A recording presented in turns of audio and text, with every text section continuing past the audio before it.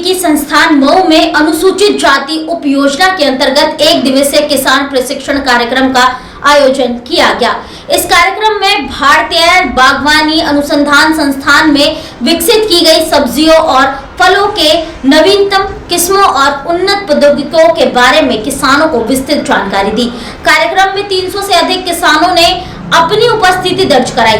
सभी किसानों को भारतीय बागवानी अनुसंधान संस्थान बेंगलुरु से लाए गए विभिन्न सब्जियों के उन्नत किस्मों के बीज तथा कुछ फलों के रोपण सामग्री वितरित की गई। कार्यक्रम में किसान कवच का प्रदर्शन किया गया, जो कि बायोटेक विभाग, भारत सरकार तथा इंस्टेम द्वारा विकसित किया गया। यह एक कीटनाशक विरोधी सुरक्षात्मक सूट है, जिसे सूती कपड़े से बनाया गया है और इसे ऐसे रसायन से मिलाकर बनाया गया है जिसे छिड़काव वाले रसायन त्वचा के संपर्क में नहीं आते हैं। इस कार्यक्रम में किसानों के बीच बागवानी को लेकर एक नया उत्साह और जिज्ञासा देखी गई। अभी कार्यक्रम के अध्यक्ष जी और यहाँ के डायरेक्टर साहब कह रहे थे पहली बार शायद आया हूँ मैं, तो मैं यहाँ पहली बार तो नहीं आया हूँ, यहाँ तो मैं आया हूँ अंग्रेज बार, मगर आपके किसी कार्यक्रम में पहली बार आया हूँ। ये गेस्ट हाउस आपने ऐसा बना रखा है कि जब कोई वीआईपी आता है तो हमको आना पड़ता है। सबसे सुंदर गेस्ट हाउस अगर किसी के पास है मऊ में तो आप ही के पास है, और उसकी वजह से मैं समझता हूँ कि आपको काफी डिस्टर्बेंस भी रहता होगा। तो मैं सबको बधाई देता हूँ कि इस प्रकार का सुंदर कार्यक्रम आपने आयोजित किया, और खास तरीके से जो मुख्य अतिथि हैं बेहरा साहब, आप पहले बनारस में जो सब्जी का रिसर्च इंस्टीट्यूट था आप उसके डायरेक्टर रहे हैं और वहाँ आपने बहुत काम किया है। इस वक्त आप बेंगलुरु में काम कर रहे हैं, तो मैं अपने शहर में सर आपका बेहद स्वागत करता हूँ और अभिनंदन करता हूँ। जो बड़ी दिल को छूने वाली बात आज यहाँ है, जो बहुत असर की है दिमाग में, तो वो ये है कि ये कार्यक्रम समाज के उस तबके के लिए बनाया गया है जो भी बहुत पीछे की लाइन में खड़ा है, जिसको सरकार द्वारा चालू योजनाओं का लाभ नहीं मिल पा रहा है, जिसके अंदर इतनी जागरूकता नहीं है कि वो समाज के जो अन्य तबके हैं उनके बराबरी में खड़ा हो सके, जिनको उनका हक भी अभी ठीक से नहीं मिल पाया है। तो ऐसे लोगों को खास तरीके से यहाँ आमंत्रित करके और मुफ्त में बीज और उसकी किट देने की व्यवस्था की गई है, ताकि आप भी जान सकें कि ये दुनिया कहाँ है और कहाँ जा रही है। ये बात अजीब है कि 1 एकड़ जमीन में जितने बीज आप यहाँ पूर्वांचल में पैदा करते हैं, इसी उत्तर प्रदेश के अगर पश्चिमी क्षेत्र में जाएंगे तो वहां आपसे दुगना और तिगुना पैदा होता है। अगर यूपी से निकलकर आप साउथ की तरफ जाएं या दूसरी तरफ जाएं तो उतनी ही जमीन में उनके वहां इनसे भी ज्यादा अनाज या दूसरी तमाम जो चीजें जो जमीन से पैदा होती हैं वो उसकी संख्या इससे भी ज्यादा होती है। तो इससे एक निष्कर्ष ये निकलता है कि भगवान ने भूमि तो सबको दे दी, ऊपर वाले ने जमीन तो सबको दे दी, और जमीन ही से सब कुछ निकलता है। यहाँ बड़े बड़े साइंटिस्ट मौजूद हैं, मेरी बात पर गौर करिएगा, यहाँ बड़े बड़े साइंटिस्ट मौजूद हैं, मगर कोई भी एक साइंटिस्ट ऐसा बता दीजिए जो नेचर की सहायता के बिना एक चीज भी कोई पैदा कर सके। दुनिया में सारे साइंटिस्ट मिलके आप किसी भी चीज के निर्माण को आप देखेंगे तो उस निर्माण की जब आप बुनियाद में जाएंगे तो कहीं ना कहीं से नेचर का उससे संबंध निकलेगा। वो बुनियादी जो चीज है, जैसे आप कहेंगे कार तो इंसानों ने बनाया, तो कार तो बनाया इंसानों ने, मगर कार में जो लोहा लग रहा है वो कहाँ से आया? वो तो जमीन के अंदर से आया, यानी भगवान ने पैदा किया। ये बॉटल रखा हुआ है, ये पानी का एक कतरा भी बनाने के लिए साइंटिस्ट अगर कहें कि बिना कुदरत के नेचर की मदद के बिना आप बना दीजिए तो कोई साइंटिस्ट नहीं बना सकता। तो मैं ये कह रहा हूं कि नेचर ने, यानी ऊपर ने या भगवान ने या अल्लाह ने तो जमीनें सबको दी, और सबकी जमीनों में वो गुणवत्ता पैदा की जो दूसरी जगहों में है। तो आखिर क्या कारण है कि पूर्वांचल के लोग उतनी ही जमीन पे कम अनाज उत्पादन करते हैं और कम आय कर पाते हैं, और चाहे पश्चिमी उत्तर प्रदेश हो चाहे साउथ के इलाके हो, वो उसी जमीन का लाभ कम उठाते हैं।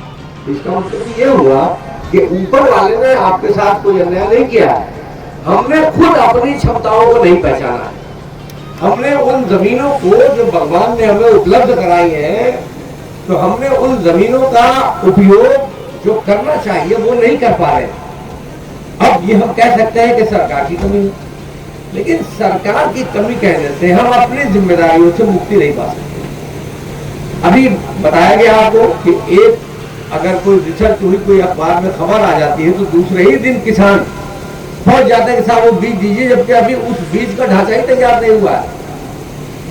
यहाँ क्या है कि आपको बुलाकर बीज देना पड़ता है और ये कहना पड़ता है कि आप बीज का प्रयोग करना, अगर बाई द वे किसी कारण से आप बीज का प्रयोग नहीं कर पाए हो तो उसे जाया मत होने देना, अपने किसी पड़ोसी या अपने किसी मित्र को दे देना ताकि बीज जाए ना हो। इससे ये संदेश मिलता है कि कहीं ना कहीं से जागरूकता की कमी है।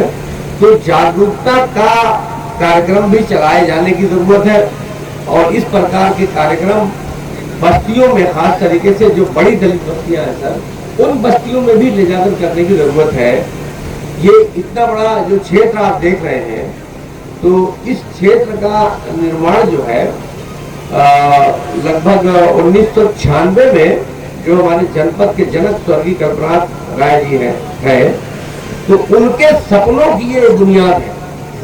और उस जमाने में वो कहा करते थे, उस जमाने में गन्ना संस्थान के नाम से ये संस्थान जाना जाता था, तो गन्ना संस्थान के नाम से उन्होंने बनाया। और ये बनाया कि वो बोलते थे इसके बारे में कि इसमें इसकी दीवारों में जो वृक्ष लगी हुई है, वो वृक्ष पता नहीं किस प्रदेश से आती है, वो स्पेशल ईंटें यहाँ के लिए आई थी।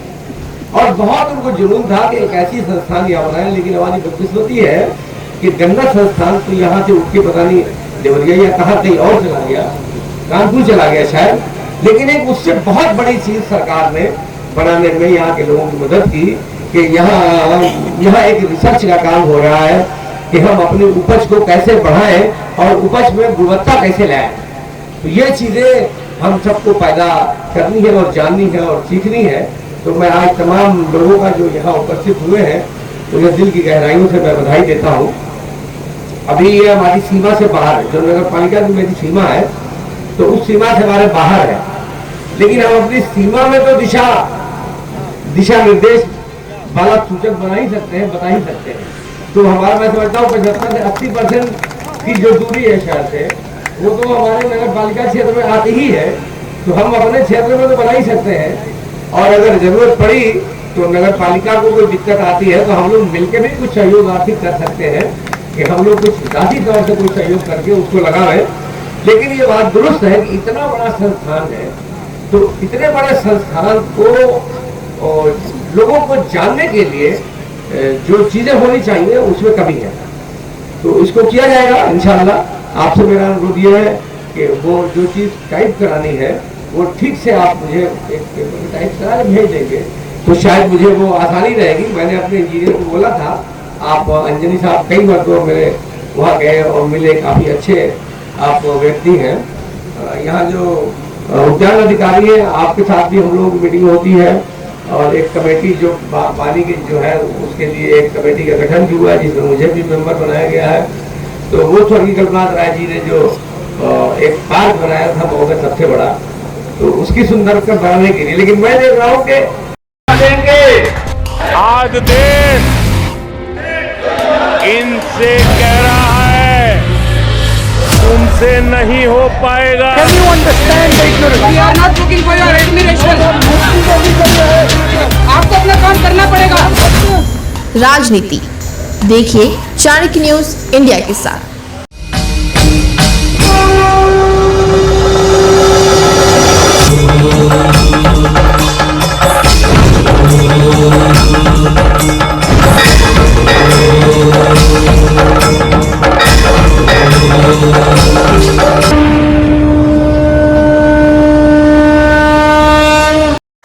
बच्चों के भविष्य से खिलवाड़, ग्रामीण क्षेत्र में गुम विकास, न्यायिक क्रिया में भेदभाव, तभी हुई गरीबों की आवाज। पर अब होगी जनता की बात, सड़क से पहुंचेगी संसद तक आवाज। सिर्फ सुन सरकार, देखिए चाणक्य न्यूज इंडिया पर। YouTube और वेब पोर्टल के लिए बड़ी खुशखबरी। CMN मीडिया प्राइवेट लिमिटेड लेकर आया है चाणक्य